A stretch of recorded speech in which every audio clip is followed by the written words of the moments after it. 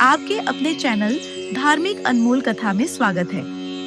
दोस्तों, धनतेरस का दिन सिर्फ सोना चांदी खरीदने का नहीं है, बल्कि ये दिन है सच्ची आस्था और भक्ति के दीप जलाने का। कहा जाता है कि इस दिन जो व्यक्ति दीपदान करता है, उसके घर में धन, आरोग्य और सौभाग्य सदा बना रहता है। और इस दिन भगवान धनवंतरी का पूजन करने से स्वास्थ्य और दीर्घायु की प्राप्ति होती है। कार्तिक मास के कृष्ण पक्ष की त्रयोदशी तिथि को धनतेरस का पर्व मनाया जाता है। शास्त्रों के अनुसार इस तिथि को समुद्र मंथन के समय भगवान धनवंतरी अमृत कलश लेकर प्रकट हुए थे। इस वजह से इस तिथि को धनतेरस या धनत्रयोदशी तिथि के नाम से ही जाना जाता है। इस साल धनतेरस शनिवार 18 अक्टूबर 2025 को मनाया जाएगा। भगवान धनवंतरी के अलावा इस दिन माता लक्ष्मी, धन के देवता कुबेर और मृत्यु के देवता यमराज की भी पूजा की जाती है। इस दिन दीपावली का पर्व शुरू हो जाता है और इस दिन सोना चांदी या नए बर्तन खरीदना बहुत शुभ माना जाता है। आइए जानते हैं धनतेरस क्यों मनाया जाता है और इसकी कहानी क्या है। भारतीय संस्कृति में स्वास्थ्य को ही सबसे बड़ा धन माना गया है और इस दिन को राष्ट्रीय आयुर्वेद दिवस के रूप में भी मनाया जाता है। मान्यता है कि भगवान धनवंतरी को भगवान विष्णु का अंश माना जाता है और इन्होंने ही संसार में चिकित्सा विज्ञान का प्रचार और प्रसार किया। इस दिन घर के द्वार पर तेरस दीपक जलाए जाने की प्रथा है। धनतेरस 2 शब्दों से मिलकर बना है, पहला धन और दूसरा तेरस, जिसका अर्थ होता है धन का 13 गुना। भगवान धनवंतरी के प्रकट होने के कारण इस दिन को वैद्य समाज धनवंतरी जयंती के रूप में मनाता है। शास्त्रों में वर्णित कथाओं के अनुसार समुद्र मंथन के दौरान भगवान धनवंतरी हाथों में अमृत कलश लेकर प्रकट हुए थे। जिस तिथि को भगवान धनवंतरी समुद्र से निकले वह कार्तिक मास के कृष्ण पक्ष की त्रयोदशी तिथि थी।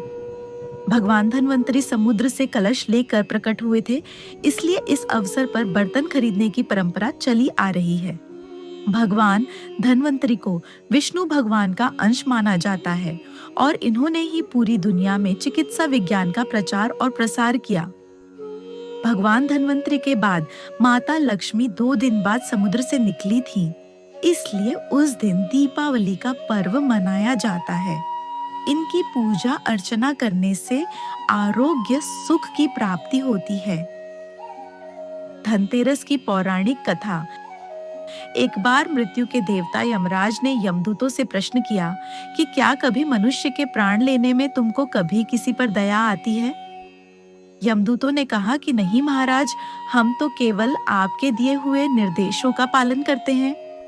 फिर यमराज ने कहा कि बेझिझक होकर बताऊं कि क्या कभी मनुष्य के प्राण लेने में दया आई है। तब एक यमदूत ने कहा कि एक बार ऐसी घटना हुई है जिसको देखकर हृदय पसीज गया। एक दिन हंस नाम का राजा शिकार पर गया था और वह जंगल के रास्ते में भटक गया था और भटकते भटकते दूसरे राजा की सीमा पर चला गया।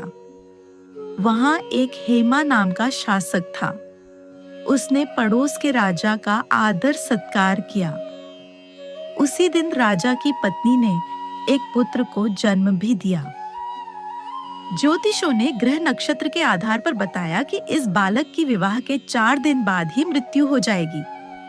तब राजा ने आदेश दिया कि इस बालक को यमुना तट पर एक गुफा में ब्रह्मचारी के रूप में रखा जाए और स्त्रियों की परछाई भी वहां तक नहीं पहुंचनी चाहिए। लेकिन विधि के विधान को कुछ और ही मंजूर था। संयोगवश राजा हंस की पुत्री यमुना तट पर चली गई और वहां राजा के पुत्र को देखा। दोनों ने गंधर्व विवाह कर लिया। विवाह के 4 दिन बाद ही राजा के पुत्र की मृत्यु हो गई। तब यमदूत ने कहा कि उस नवविवाहिता का करुण विलाप सुनकर हृदय पसीज गया था। सारी बातें सुनकर यमराज ने कहा कि क्या करें, यह तो विधि का विधान है और मर्यादा में रहते हुए यह काम करना पड़ेगा। यमदूतों ने पूछा कि ऐसा कोई उपाय है जिससे अकाल मृत्यु से बचा जा सके। तब यमराज ने कहा कि धनतेरस के दिन विधि विधान के साथ पूजा अर्चना और दीपदान करने से अकाल मृत्यु नहीं होती। इसी घटना की वजह से धनतेरस के दिन भगवान धनवंतरी और माता लक्ष्मी की पूजा की जाती है और दीपदान किया जाता है।